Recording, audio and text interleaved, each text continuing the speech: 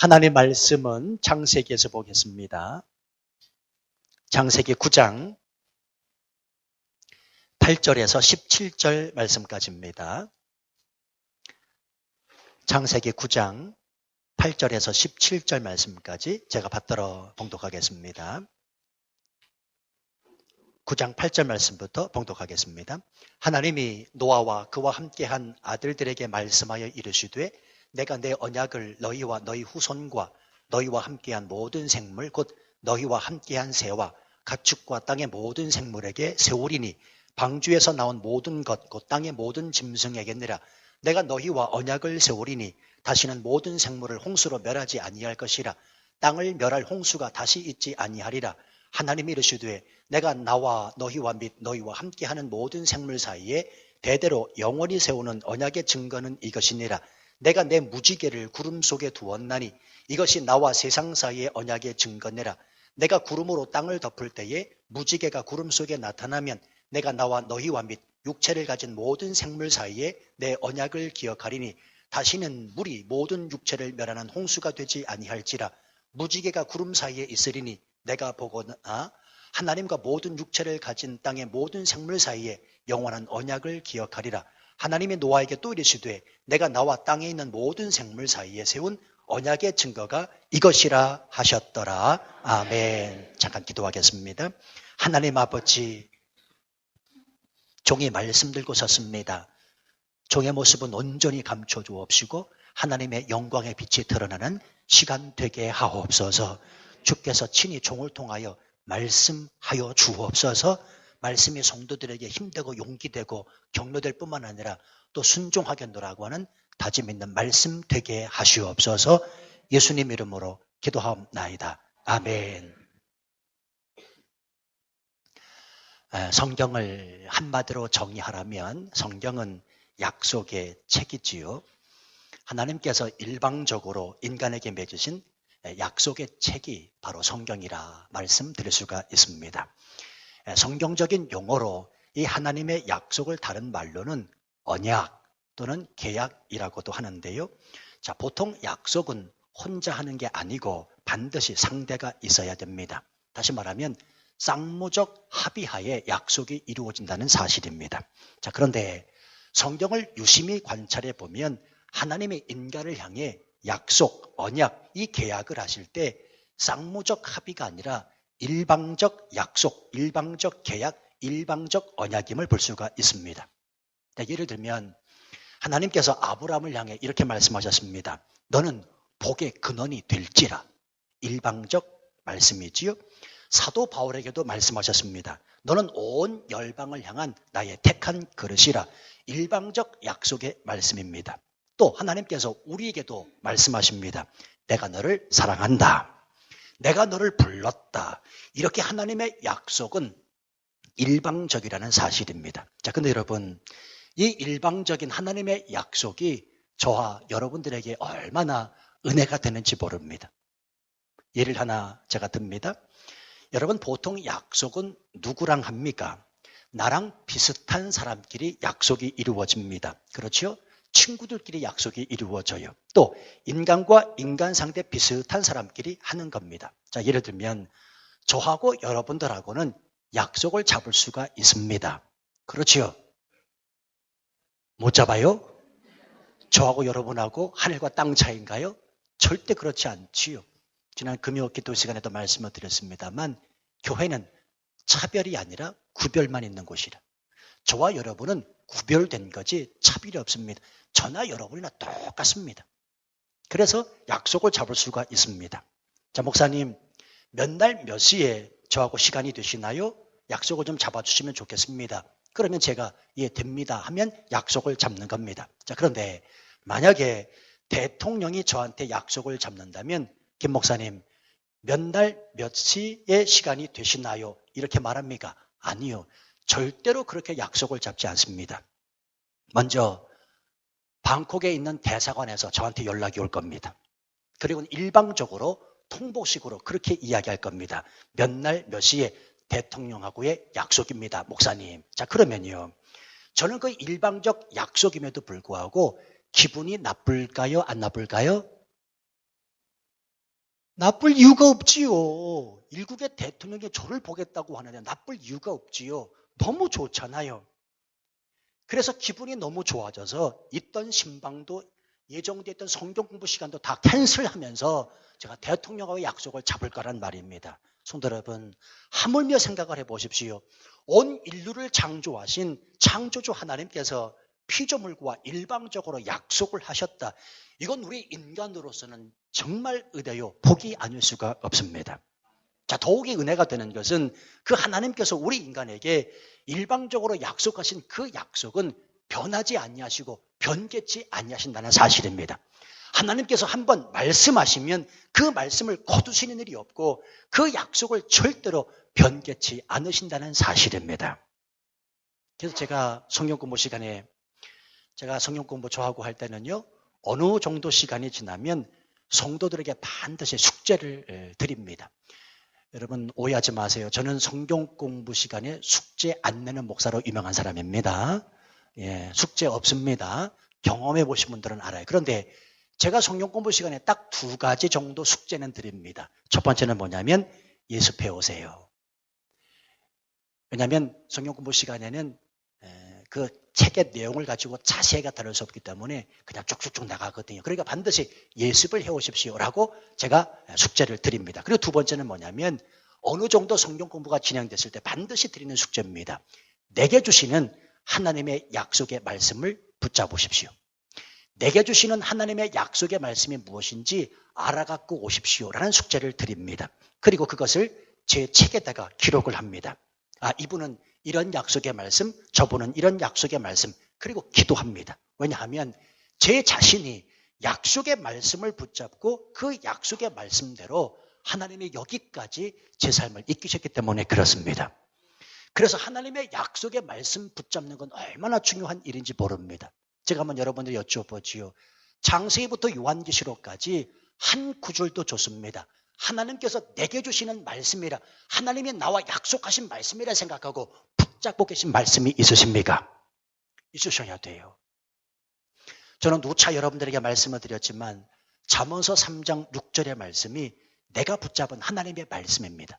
너는 범사의 그를 인정하라. 그리하면 네 길을 지도하신다.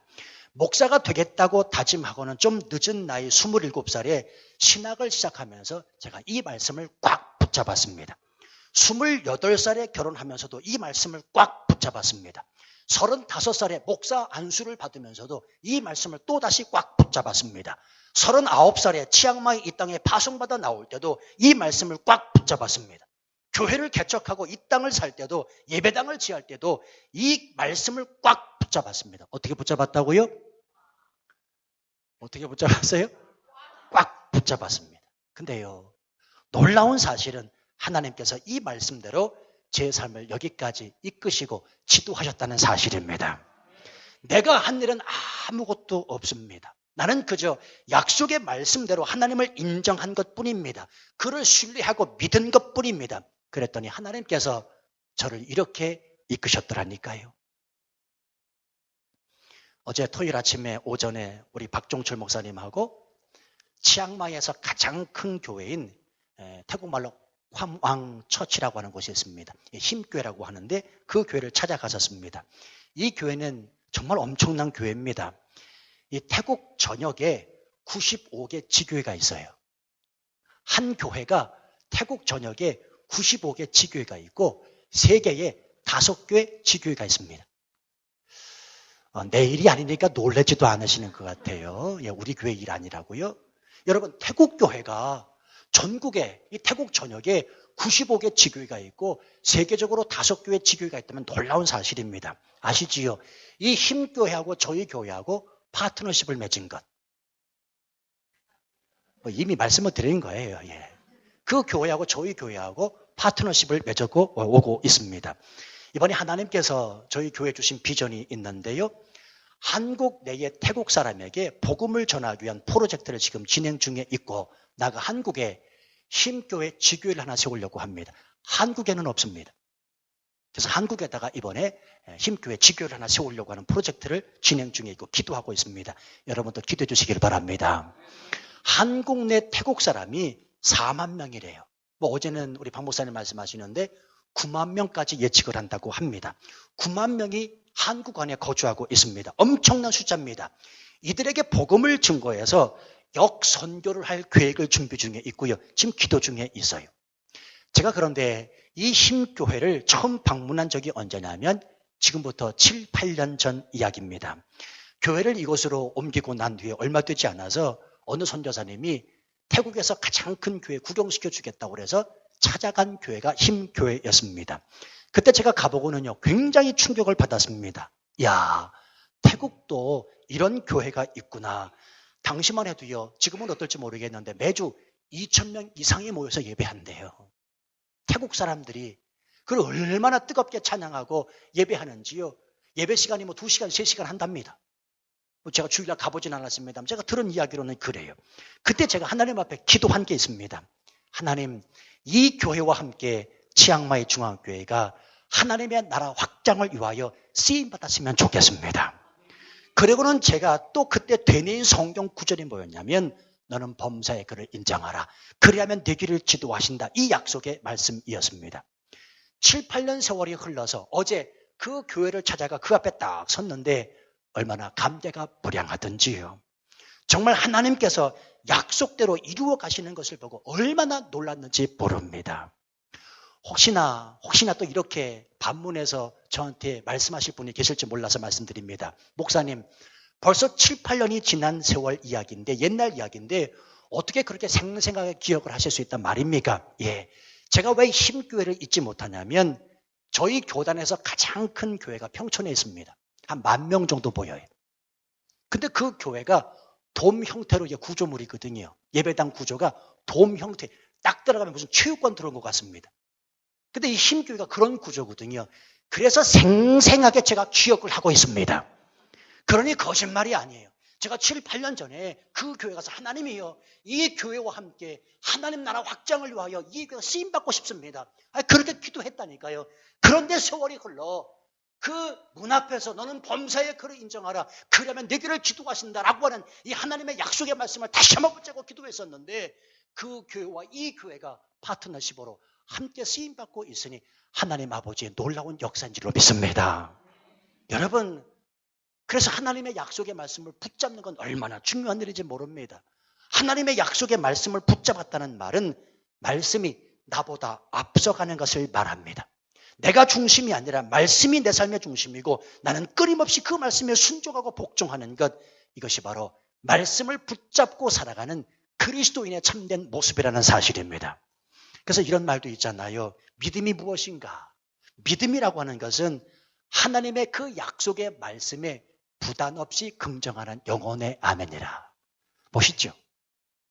이건 제가 지어낸 말이 아니라 굉장히 멋있는 말이더라. 믿음이 무엇이냐? 믿음이라고 하는 것은 그 하나님의 약속의 말씀에 부담 없이 끊임없이 긍정하는 영혼의 아멘이라. 때문에 하나님의 약속의 말씀에 대한 성취는 믿음대로 되는 줄로 믿습니다. 척 스미스라고 하는 미국의 목사님이 계십니다. 이분은 교회 개척 당시에 꽤 큰 빚을 지게 되었다고 하고요. 때문에 목회가 재미가 없고 목회도 지치고 힘들기만 했다고 해요. 그래서 목사님은 빚 목록을 하나님 앞에 놓고 간절히 기도하기 시작했습니다. 하나님, 우리 교회 이 진빚들 갚아주세요. 갚아주세요. 자, 그런데 기도가 끝나자마자 어느 친구로부터 전화가 걸려왔습니다. 얼마의 돈을 붙이겠으니 필요한 곳에 쓰라고 하는 전화였습니다. 듣고 보니까 그 붙이겠다고 한 돈의 액수가 빚보다 많은 금액이었습니다. 목사님은 너무 기뻐서 덩실덩실 춤을 춥니다. 자, 그런데 바로 그때 성령께서 이 척 스미스 목사님 마음 안에 이런 마음을 주셨다고 합니다. 척 스미스야, 너 왜 춤추고 있냐? 그때 목사님이 말했죠. 예, 친구가 기도 응답으로 돈을 보낸다고 하잖아요. 그래서 내가 춤을 춥니다. 그러면 돈은 받았니? 아니요, 아직 안 받았는데요. 그러나 그 친구는 신실한 친구이니 내 통장에 반드시 그 돈을 보낼 겁니다. 그때 성령께서 다시 말씀하십니다. 척 스미스야, 그렇다면 너는 내가 너와 함께하고 있고 너를 도와주겠다고 끊임없이 말씀을 통하여 이미 너와 약속했는데 친구가 돈을 붙이겠다고 하기 이전에는 왜 그렇게 풀이 죽어 있었니? 내가 이미 준 약속의 말씀을 믿고 상황이 아무리 어려워도 춤을 추는 믿음은 왜 내게 없었니? 아직 돈도 들어오지 않았는데 네가 춤을 추고 있으니 네가 정말로 나의 약속을 신실하게 믿었던 종인지 묻고 싶구나. 성령께서 강한 책망을 주시더라는 거예요. 성도 여러분, 그렇습니다. 이 모습이 어쩌면 저와 여러분의 믿음의 현 주소인지도 모릅니다. 하나님이 이미 우리에게 주신 약속의 말씀, 이 성경의 말씀 때문에 기뻐하고 즐거워하고 춤춰야 하는데 우리는 약속의 말씀보다는 때론 아직 통장에 들어오지도 않은 그 돈, 그리고 돈을 붙이겠다고 말한 그 사람을 더욱 의지하고 살 때가 얼마나 많은지 모른다는 사실입니다. 무엇 때문에 기뻐하십니까? 무엇 때문에 즐거워하시고 무엇 때문에 행복하십니까? 지금 내 눈앞에 보이는 현실 때문에 기뻐하고 즐거워한다면 당신은 참 믿음을 소유한 사람이 아닙니다. 눈에 보이지 않아도 손에 만짐바 되지 아니해도 하나님의 약속의 말씀에 내게 말씀하셨다면 그 약속의 말씀으로 기뻐하고 즐거워하고 춤출 수 있는 사람이 그리스도인인 저와 여러분이 된다는 사실입니다. 성도 여러분이요, 하나님이 오늘 이 시간 저와 여러분에게 말씀하십니다. 내가 너와 함께 하겠다. 내가 너를 사랑한다. 두려워하지 말라. 마음에 근심하지도 말라. 담대하라 말씀하십니다. 이 약속의 말씀으로 기뻐하고 즐거워할 수 있게 되기를 바랍니다. 이 말씀 때문에 우리는 춤을 춰야 된다니까요. 바로 이 사람이 그리스도인이라는 사실입니다.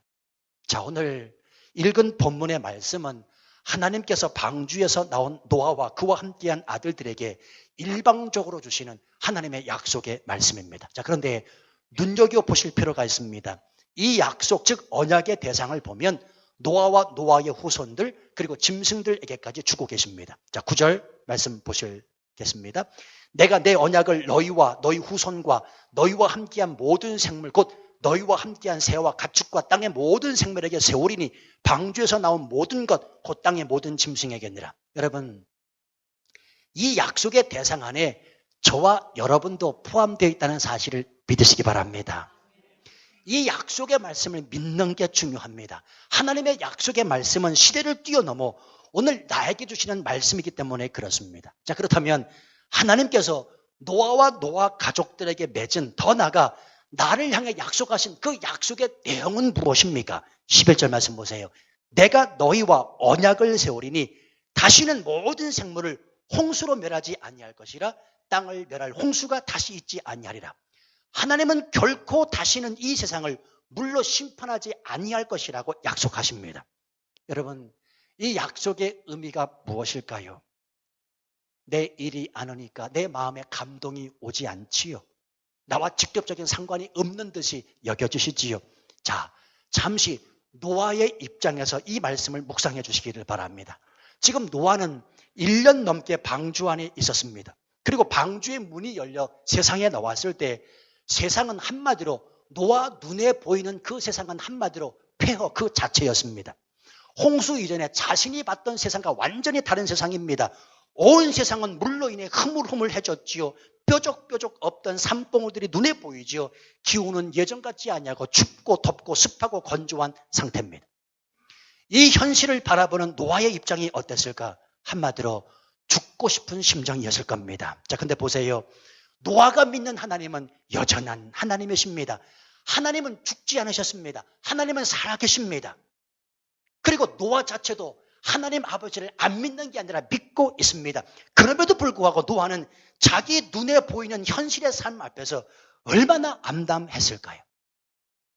마치 우리가 신앙생활하면서 믿음과 현실 사이에 괴리감이 있는 듯 하잖아요.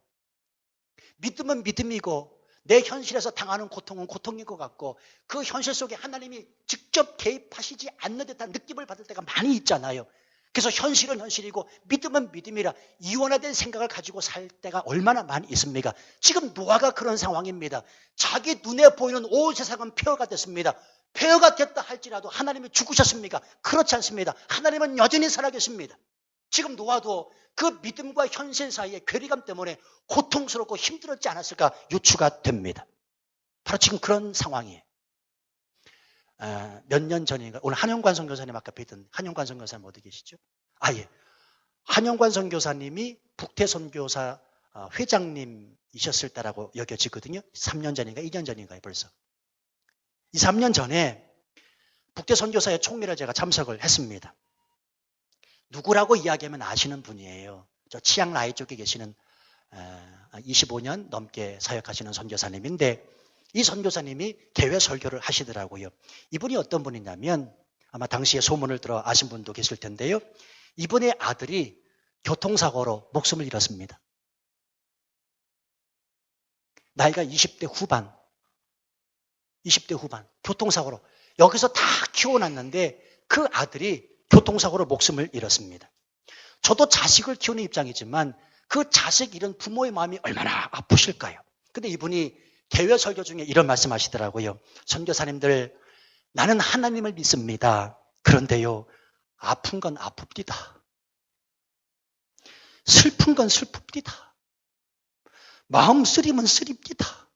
그 설교하시더라고요. 나는 하나님을 믿습니다. 그런데 아픈 건 아픕디다. 내 자식 죽어서 슬픈 건 슬픕디다. 마음 쓰림은 여전합디다. 여러분 생각해 보세요. 왜 안 그러겠냐고요. 하루아침에 사랑하는 아들을 잃었습니다. 부름받아 나선 이 몸 주의 사역을 감당하겠다고 선교지에 왔는데 자기 아들 하나님께서 그렇게 데려가시리라고 생각이나 했겠냐고요. 그렇다고 그분이 지금 하나님을 안 믿는 것도 아니고요. 그 믿음과 현실의 고통에서 오는 그 아픔을 솔직하게 그리고 차분하게 말씀하시는데 저도 울었지만 선교사님들 대다수가 다 울었습니다. 아픈 건 아픕디다. 슬픈 건 슬픕디다. 마음 쓰림은 여전합디다. 성도 여러분, 하나님을 믿는다고 하는 믿음과 현실의 고통이 때때로 하늘과 땅 차이가 나는 것 아시지요? 현실을 전혀 무시할 수가 없습니다. 아픈 건 아픈 것이고 슬픈 건 슬픈 것이고 마음 쓰림은 쓰린 것이기 때문에 그렇습니다. 자, 마찬가지입니다. 지금 노아가 하나님을 믿고 있습니다. 안 믿는 게 아닙니다. 하나님도 죽지 않으셨습니다. 그럼에도 불구하고 그도 인간인지라 눈에 보이는 그 현실 앞에 별의별 생각을 다 했을 것입니다. 어떻게 살아가야 하는가? 무엇부터 시작을 해야 하는가? 이 두렵고 무서운 마음이 왜 안 들었겠냐고요. 바로 이때 하나님께서 그 노아를 향하여 말씀하시는 말씀이 오늘 11절 말씀입니다. 내가 다시는 물로 세상을 심판하지 않을게. 내가 다시는 물로 심판하지 않을게. 저는 어제 이 말씀을 묵상하면서 얼마나 눈물이 나든지요. 내가 다시는 사람 때문에 힘들게 하지 않을게. 내가 다시는 물질 때문에 어렵게 하지 않을게. 내가 다시는 사업 때문에 힘들게 하지 않을게. 내가 다시는 부모 때문에 자녀 때문에 나를 힘들게 하지 않을게. 하나님께서 제게 주시는 말씀으로 받았기 때문에 그렇습니다. 오늘 하나님께서 우리에게 주시는 말씀으로 받으셔야 돼요. 단순하게 물로 세상을 심판하지 않을게 이 말씀이 아니라니까요. 그 살아계신 하나님께서 시대를 초월하여 우리에게 말씀하시는 말씀이 바로 이 말씀이에요. 내가 너 사람 때문에 힘들게 하지 않을게. 이 땅을 살아가면서 물질 때문에 어렵다가지 않게 할게. 부모 때문에 자녀 때문에 힘들고 고통스럽게 기도하게 하지 않을게. 이 말씀 준비하는데 얼마나 눈물이 나든지요. 막. 지금 이 말씀은 노아가 지금 가지고 있는 두려움의 근원인 물심판, 물로 망하여 폐허가 된 현실의 세상을 바라보는 그 노아의 마음을 안심시키려는 하나님의 위로의 말씀, 의도 있는 하나님의 약속이라는 사실입니다. 노아 입장에서는 이것이 반드시 필요했거든요. 두려움과 공포, 절망, 좌절에서 벗어나 하나님과 함께 미래의 세계를 향해 새롭게 시작하는 일이 필요했거든요. 그래서 하나님께서 이 말씀을 하시는 겁니다. 내가 너희와 언약을 세우리니 다시는 모든 생물을 홍수로 멸하지 아니할 것이라. 땅을 멸할 홍수가 다시 있지 아니하리라. 성도 여러분, 하나님은 지금도 여전히 절망 가운데 소망을 잃은 채로 낙담하며 사는 저희들에게 말씀하고 계십니다. 너희는 마음에 근심하지 말라. 하나님을 믿으니 또 나를 믿으라. 평안을 너희에게 끼치노니 곧 나의 평안을 너희에게 주노라. 내가 너희에게 주는 것은 세상에 주는 것 같지 아니하리니 너희는 마음에 근심도 하지 말고 두려워하지 말라. 야곱아, 너를 창조하신 여호와께서 이제 말씀하시느니라. 이스라엘아, 너를 조성하신 자가 이제 말씀하시느니라. 너는 두려워 말라. 내가 너를 구속하였고 내가 너를 지명하여 불렀나니 너는 내 것이라. 이 하나님의 약속의 말씀이 이 시간 여러분의 귀에 들려지기를 축원합니다. 여러분 보세요. 중요한 사실은 하나님께서는 이렇게 약속만 던져놓으시고 끝이 아니라는 사실입니다. 이 약속의 말씀을 눈으로 두고 확인하게 하셨습니다. 그게 뭐냐면 무지개입니다. 오늘 본문에서 이 무지개를 뭐라고 표현하고 있냐면 3번 반복돼서 나오는 단어가 있습니다. 12절, 13절, 그리고 17절 말씀 보면 언약의 증거입니다. 따라하셔 주시면 고맙겠습니다. 언약의 증거라. 여러분 놀랍지 않으세요? 하나님께서 당신이 세운 인간과의 약속을 확인케 하기 위해 언약의 증표로서 이 무지개를 주시고 있다는 사실입니다. 굳이 안 주셔도 되잖아요. 그러나 하나님은 약속하신 것에 대한 신실한 분임을 확인케 하시기 위해서 우리 눈에 볼 수 있는 무지개를 주고 계시다는 사실입니다. 이 치앙마이의 무지개가 참 이쁜 것 아십니까? 우기철에 진짜로 멋있게 무지개가 뜹니다. 정말 멋있습니다. 보여드릴까요? 보여주세요. 이게 작년 우기 때 박학래 집사님이 찍으신 사진입니다. 제가 조금 인용을 했습니다. 예. 카톡방에 있는 걸 끄집어내가지고요. 쌍무지개, 더더구나 쌍무지개. 이게 치앙마이입니다. 치앙마이는 무지개가 이렇게 아름답게 뜹니다. 여러분, 무지개가 뜨는 과학적 원리를 아십니까? 제가 인터넷에서 찾아봤습니다. 읽어드릴게요. 무지개는 여러 가지 파장의 빛들이 합쳐져 다시 분리되어 보이는 것으로 빛의 파장에 따라 연속적으로 펼쳐진 것을 무지개라 한다. 빛은 파장에 따라 물속에서 그 속도가 달라지는데 꺾이는 빛의 파장 순서로 나란히 보여진다. 프리즘으로 빛을 분해해보면 무지개가 보이는 것과 같은 원리이다. 하늘에 무지개가 생기는 것은 공기 중에 있는 물방울이 빛을 분리시키는 것이고 기름 위에 무지개는 물과 기름막에 의해 빛이 분해되는 것이고 분무기에 의해 생기는 무지개는 분무기에 의해 나 물방울에 빛이 분해되는 것이다. 뭔 얘기인지 하나도 모르겠어요. 어쨌든 간에 이 설명은 무지개가 뜨는 과학적 원리를 설명한 겁니다. 여러분, 저는 이 과학적 원리를 무시하자는 말이 아닙니다. 중요한 사실은 우리 믿음의 사람 그리스도인들은 과학적 원리를 따라 무지개를 볼 것이 아니라 믿음의 눈으로 무지개를 봐야 한다는 사실입니다. 야, 저 무지개가 이렇게 해서 뜬 것이야. 그게 아니고 하나님께서 우리에게 언약의 증표로 남겨주신 그 마음을 가지고 무지개를 바라볼 수 있어야 된다는 사실입니다. 왜 그렇습니까? 무지개는 하나님의 일방적인 언약의 증거로서 노아와 노아 가족뿐만이 아니라 우리에게 보여주시는 하나님의 약속의 증표가 되기 때문에 그렇습니다. 자, 무슨 증표입니까? 다시 이제 새롭게 시작하라는 겁니다. 이 무지개는 이제 다시 나와 함께 새롭게 시작하라는 겁니다. 이제 나를 믿고 용기를 잃지 말라는 겁니다. 내가 너와 항상 함께 있겠다는 말씀입니다. 잊지 마세요. 이 무지개가 뭐라고요? 언약의 증거라. 그런데 중요한 사실이 또 있습니다. 이 노아 시대에 언약의 증거가 무지개였다면 신약 시대에도 이 언약의 증거가 있습니다. 그게 뭐냐면 십자가입니다.